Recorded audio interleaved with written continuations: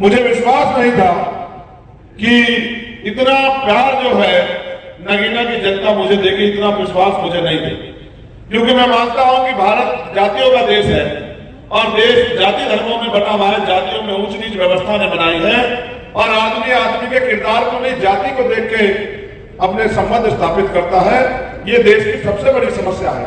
जबकि महापुरुष कभी किसी जाति के मोहताज नहीं होते, कभी किसी धर्म के मोहताज नहीं होते। मानता हूं आज की जो अध्यक्षता है बाबा जगतार सिंह जी कर रहे हैं, मैं उनको भी प्रणाम करता हूं, उनको भी जो है उनके चरणों में जो है नमन करता हूं। मेरे इस क्षेत्र के किसान समाज के लोगों, मैं बहुत सारे चेहरों को पहले से जानता हूं और बहुत सारे चेहरों को आज जान रहा हूं। हमारी पार्टी के बहुत सारे सीनियर नेतागण, जिले के, मंडल के, प्रदेश के, राष्ट्रीय स्तर के नेतागण यहां कार्यकर्ताओं की तरह काम कर रहे हैं, गली गली जाते हैं, रूखा सूखा खाकर जैसा भी अवसर मिलता है उसके बाद इस आंदोलन को आगे बढ़ाते हैं। मैं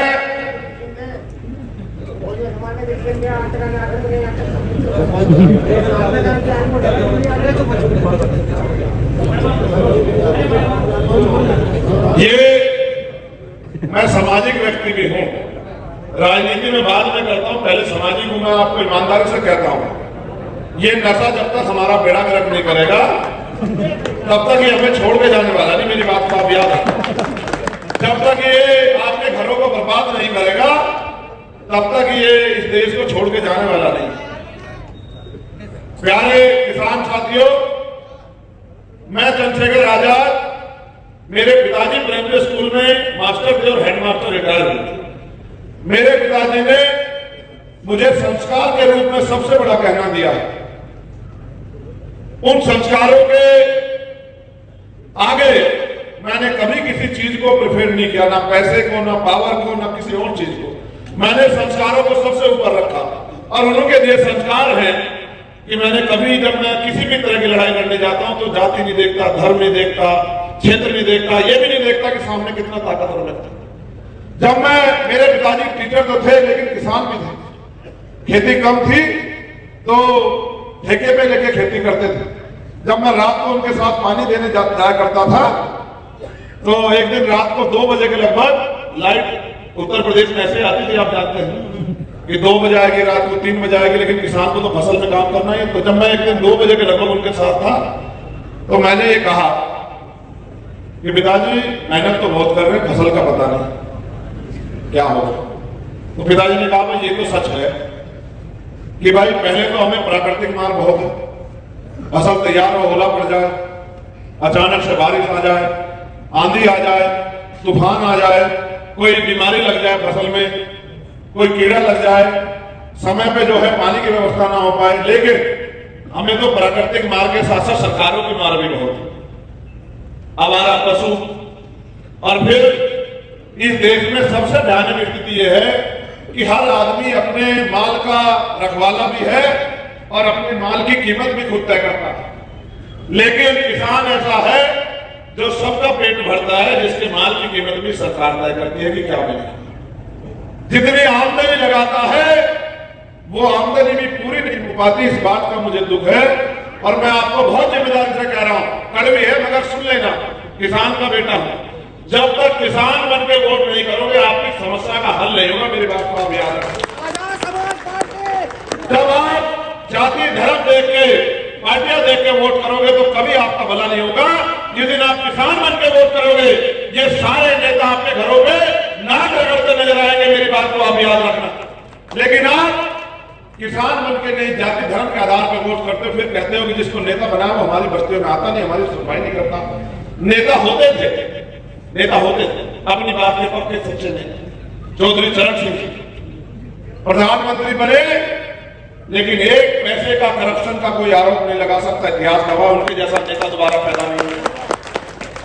आज का नेता लोगों से मिलने से कतराता है और उनके यहां 24 घंटे कोई चला जाए, जहां वो खुद बैठते थे वहीं किसान जाके बैठता था। और फिर मैंने तो वो भी देखा, जब हम हिस्ट्री पढ़ते हैं हमें पता लगता है, जिनको हमने देखा नहीं, कि प्रधानमंत्री होते जब किसानों ने शिकायत की कि भाई ये पुलिस के लोग बहुत परेशान करते हैं। मथुरा में तो खुद चले गए काफिला 2 किलोमीटर पीछे खड़ा करके, खुद अकेले थाने में, और थाने में जाके कहा कि भाई दरोगा जी हमारी रिपोर्ट लिख लो, हमारी फसलों को बड़ा नुकसान हो रहा है। तो एक हेड मॉडल साहब बैठे थे, उन्होंने कहा बाबा इसके बगैर नहीं लिखी जाती, अगर ये है तो दे दो। तो लिखी जाए, कहा भाई ये भी दे देंगे लेकिन रिपोर्ट तो लिख लो। तो कहा लिख लेंगे, रिपोर्ट लिखी गई और उनसे कहा गया कि चलो बाबा इस पर अंगूठा लगा दोगे। अंगूठा क्या है? नाम पड़ा चौधरी चरण सिंह, भारत के प्रधानमंत्री। तो पूरा थाना का थाना नहीं, पूरा जिला का जिला काम के ऐसे भी होते थे नेता। अगर किसी ने गलत आदमी ने जिसपे गलत तरह के मुकदमे हो, जिसने लोगों को सताया हो, अगर उसने टिकट मांग लिया और गलती से नीचे के लोगों ने टिकट दिया तो ऊपर से काट दिया कि लड़ाऊंगा नहीं, किसी पैसे वाले को, पावर वाले को कभी प्रिफेयर नहीं किया, ऐसे तो नेता। और आज देश के प्रधानमंत्री 10 करोड़ का सूट पहनते हैं और कहते हैं कि मैं किसानों का नेता हूं। और पंजाब में जाके कह रहा है कि भाई मुख्यमंत्री जी को कह देना कि मैं जिंदा चलाया। एक प्रधानमंत्री जो 2 किलोमीटर पैदल चला गया, पैदल थाने में, और एक प्रधानमंत्री जी कह रहे हैं कि भाई मैं पंजाब के मुख्यमंत्री को कह देना कि मैं जिंदा आ गया, किसान मुझे नुकसान पहुंचा देते। किसान किसी को नुकसान नहीं पहुंचाता, किसान को नुकसान उठा रहा। मैं धन्यवाद दूंगा किसानों का, क्योंकि किसानों का बहुत बड़ा रोल मेरी जिंदगी में है। आज अगर मैं जिंदा हूं तो इसमें किसानों का बहुत बड़ा रोल है। ये बात भी मैं आज आप लोगों को बताऊं। एक बार मेरे बहुत सारे साथी यहां बैठे हैं, जिसका जिक्र टिकम भाई ने भी कहा, हमारे अंतर्राष्ट्रीय कवि हैं, गायक है, सिंगर हैं, मनोज भाई सतपाल भाई यहां बैठे हैं। बबली आज आया नहीं, उससे हिसाब कर लेंगे, कोई बात नहीं। तो इन्होंने आंदोलन ये कर रहे थे, रुपेश भाई नहीं है, नोएडा धरती पे। इन्होंने मुझसे कहा कि भाई आना पड़ेगा। मैं चला गया और मैं सरकार को 10 दिन का समय देके वापस आ गया। मैंने कहा कि अगर 10 दिन में किसान नहीं छोड़ेंगे, इनकी मांग पूरी नहीं हुई, तो भाई हम 10 दिन बाद वो धरती में ताला मारेंगे। ताला लगाने का कार्यक्रम क्या हुआ, इनका दोबारा फोन आया कि ये नहीं मान रहे। मैंने कहा कोई बात नहीं, हम आ रहे। तो मैं ताला लगाने के लिए चला गया। ताला मेरे हाथ में, चैन इतनी मोटी, और बहुत देर इंतजार करने के बाद जब मुझे लगा सुनेगी नहीं, तो मैंने माइक पर अनाउंस कर दिया कि अगर 2 घंटे के अंदर, 2 बज रहे हैं, 2:15, अगर 4:15 तक किसान नहीं छूटे तो जिसकी मां ने दूध पिया वो मैदान में आ जाना। ताला लगेगा और ताला निश्चित काले लगेगा, कोई जोड़ लगा। आप ये महसूस करो, ये गवाह बैठे, मैं झूठ नहीं बोलता, 1 घंटा नहीं हुआ था। जिन अधिकारियों ने इन किसानों की तरफ 1.5 महीने आंख करके नहीं देखा कि ये मरे जिए, वो सारे अधिकारी वहां खड़े थे, मुझसे कह रहे थे अध्यक्ष जी मान जाओ। मैंने कहा मानना कुछ नहीं, किसानों को रिहा कर दो, मैं मेरी बात मानेंगी। तो मुझसे कहा आपके घर पहुंचने से पहले अगर किसान वापस नहीं छूटे तो जो सजा आप हमें दोगे हमें मंजूर है, लेकिन आप चले जाओ। मैंने कहा ठीक है। मैं वहां से चला आया। मेरे जाने से पहले, पहुंचने से पहले सारे किसान जो हैं वो छोड़ दिए गए। लेकिन घटना एक बीच में ऐसी घटी कि रुपेश भाई की मां ने मेरे कंधे पे हाथ रख के कहा कि भाई सारे नेता आते हैं, बड़ी बड़ी बातें करते हैं, आपने भी बात रखी, ऐसा तो नहीं होगा, हमारे साथ धोखा हो जाएगा। मैंने उनसे कहा मां मैं नेता नहीं हूं, मैं बेटा हूं। अगर मैंने कोई जवाब दे दी तो वो पत्थर की लकीर है, फिर मैं उसको पूरा करने के लिए जी जान लगा देता हूं, आप चिंता ना करो। जिस दिन मुझे गोली लगी उस दिन मास्टर मनोज नागर जी यहां बैठे हैं, इनका फोन मेरे फोन पे आ रहा था, क्योंकि उस दिन किसानों की, जो किसान छूट के आए थे, उनकी जो है सम्मान समारोह हो रहा था। और वो माए जो है, वो माए जिन्होंने मुझे आशीर्वाद दिया, वो माए मास्टर मनोज से कह रही थी कि एक बार भाई से बात करवा दो, अगर भाई भी आज आ जाता तो बहुत अच्छा रहता। इधर मैंने फोन देखने के लिए गर्दन झुकाई और इतने में गोली मेरी पीठ को चीर के निकल गई, और 3 गोली 2 सिर के पीछे से और 1 सिर के आगे से निकल गई। अगर 1 सेकंड मास्टर मनोज का फोन लेट हो जाता तो आज चंद्रशेखर आजाद नगीना में प्रत्याशी तो छोड़ो, आज चंद्रशेखर आजाद इस दुनिया में नहीं होता, इसका भी प्रबंध कर लिया गया। तो मेरी जिंदगी में तो मैं आज जिंदा हूं, हर व्यक्ति का योगदान है। लेकिन मैं आपसे फिर कहता हूं, मैंने किसानों के साथ 13 महीने, जब किसानों ने जो भी कहा पूरी जी जान लगाकर के लड़ाई को लड़ा, और जब पहलवान बेटियां सम्मान के लिए लड़ रही थी। मेरी माँ ने, मेरे पिता ने, हमारे गुरुओं महापुरुषों ने हमें सिखाया कि जब बात लान पे आ जाए तो चाहे प्राणों का बलिदान हो जाए, पीछे हटने का मतलब नहीं बनता। तो आज भी मेरे याद है, मैं केरल हाउस चला गया क्योंकि मैंने बहनों से वादा कर दिया कि रात में रुकूंगा। 2000 पुलिस वाले लगा दिए सरकार ने, दिल्ली पुलिस ने 2000, और सामने खड़ी कर दी बहनें। एक तरफ वो बहनें जिनकी लड़ाई लड़ रहा हूं, दूसरी तरफ वो बहनें जो वर्दी पहन के खड़ी है। घोर संकट हो गया। अब मैं हाथ जोड़ के वापस चला गया केरल हाउस, पूरा उसको पैक कर दिया। मैंने कहा भाई इस तरह कब्जे में नहीं आएंगे, अब इनका कोई ना कोई इंतजाम करना पड़ेगा। लेकिन देखो धोखा क्या हुआ, मैंने उनको बता दिया था कि 28 तारीख को मेरा कार्यक्रम है, मेरे कार्यकर्ता एक पैसा जुटाते हैं तब कार्यक्रम कराते हैं, मेरा झारखंड में कार्यक्रम है, आप 28 का कोई कार्यक्रम मत रखना। मैं आपको वचन देता हूं कि 28 के बाद का आप कार्यक्रम रख लेना। मैं जी जान लगा के यहाँ हूं, अपनी बहनों के सम्मान पे हूं, आज नहीं आने दूंगा चाहे मेरी जान चली जाए। लेकिन उस दिन वो खाप पंचायत के लोगों ने 28 तारीख का प्रोग्राम रख दिया और मैं 27 में चला गया था।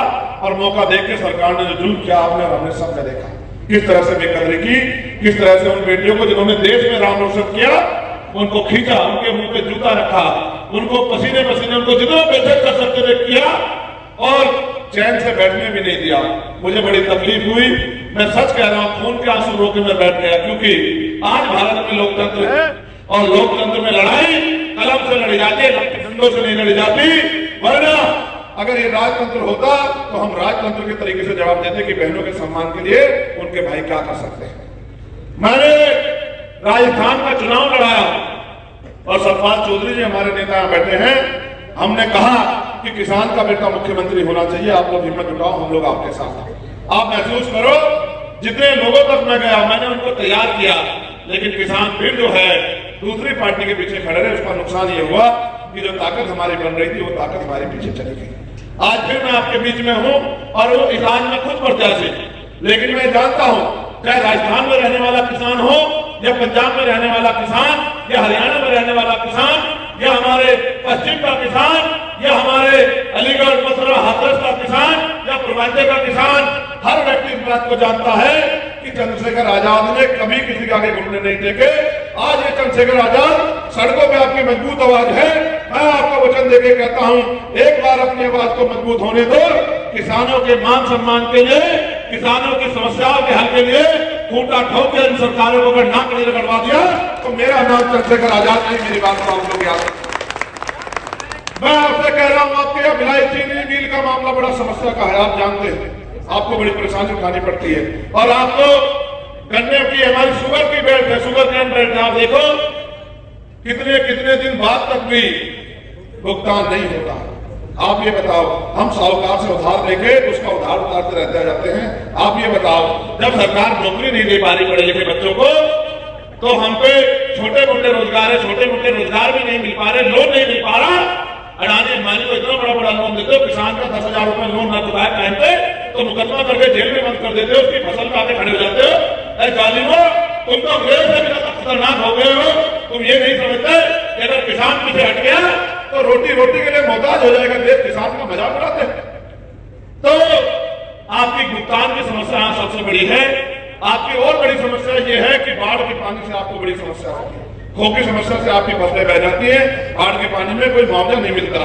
मैं तो देख रहा हूं, और बुलदार का हमला हुआ भी 25 लोगों की जान गई, किसी ने एक बार भी आवाज नहीं उठाई। जितने नेता यहाँ रहते हैं, मैं पूरे दिन डीएम का आवाज पे डीएम कार्यालय में बैठा रहा, रात को 10:30 बजे तक डीएम इधर उधर भागते रहे। फिर बाद में अब जाएंगे कहा, फिर आए कि भाई बताओ क्या करूं। मैंने कहा किसानों की जान बचा दो, किसान खेत में नहीं जा पा रहा है, मजदूर खेत में नहीं जा पा रहा, फसल खड़ी खड़ी सड़ रही है, ये भूखे मर जाएंगे, यहाँ पिंजरा लगा के इनकी सुरक्षा कर दो। अगर किसी नेता के बेटे कुछ हो जाता, किसी मंत्री के बेटे कुछ हो जाता, किसी अधिकारी के बेटे कुछ हो जाता, जमीन आसमान एक कर देते। ये गरीब किसान मजदूर मर रहे हैं, तुम्हारे काम में जो भी नहीं देख दिए, शर्म करो शर्म करो शर्म करो।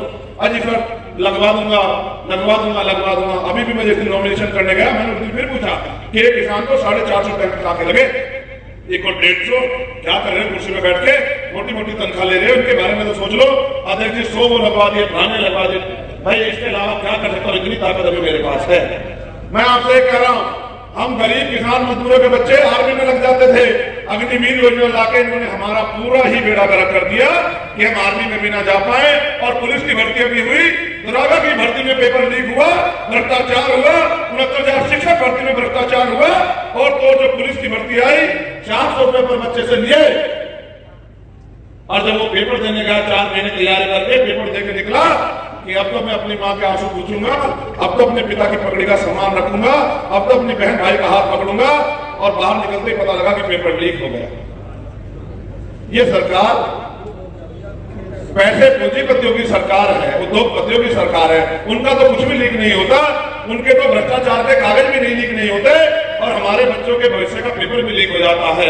सरकार देती क्या है? किसान सम्मान निधि 6,000 से बढ़ा के 24,000 रुपए करने के लिए मैंने इनको दिल्ली के जंतर मंतर पे ज्ञापन दिया था कि क्या था 6,000 रुपए में। आप 15-15 लाख करोड़ रुपए आपने किसानों के माफ कर दे डाले अंबानी के, तो किसानों को अब तो बिजली का बिल माफ करो। आपने वादा किया था, ये मैंने थोड़ा वादा किया था, ये उत्तर प्रदेश के मुख्यमंत्री सरकार ने वादा किया था कि किसानों के बिजली के बिल माफ करेंगे। कहां हुए माफ? 13 महीने जो किसान गए, 700 किसानों की शहादत हुई, और बड़े बड़े वादे किए थे, कहां है? फिर दोबारा आए तो देखो कैसे गोली चला रहे हैं, कैसे जो है आंसू गैस के गोले चला रहे हैं, सर में गोली मार रहे हैं। कि किसान हमारा नौजवान साथी शहीद कर दिया मोर्चे पे। और मैं आपसे ये कह रहा हूं, भाई आप बहुत जिम्मेदार लोग हो, अगर ये ऐसे कब्जे में नहीं आते तो जिस ताकत में बैठ के हमारा इलाज करें उसी ताकत को छीनो इनसे। क्यों भाई? अगर ये ऐसे कब्जे में नहीं आ रहे हैं तो बाबा साहब अम्बेडकर ने हमें वोट का अधिकार दिया है, उसी वोट से इनको इतनी चोट कर दो कि इनको पता लग जाए कि अगर जनता के खिलाफ जाओगे तो जनता पलट के रख देगी, जनता इलाज कर देगी, जनता आपसे आपकी वो कुर्सी भी छीन लेगी जिस कुर्सी में बैठ के जुल्म कर रहे। आज बताओ, कोई है ऐसा जो खुशहाल हो? आप बताओ ईमानदारी से। छोटा व्यापारी खुशहाल हो, किसान खुशहाल हो, मजदूर खुशहाल हो, किसी जाति धर्म का कोई व्यक्ति खुशहाल हो? मनरेगा में कहते थे 100 दिन आएगा रोज आपको काम, 265 दिन क्या करेंगे? अब वो भी पैसे नहीं मिल रहे 5-5 महीने से। और तो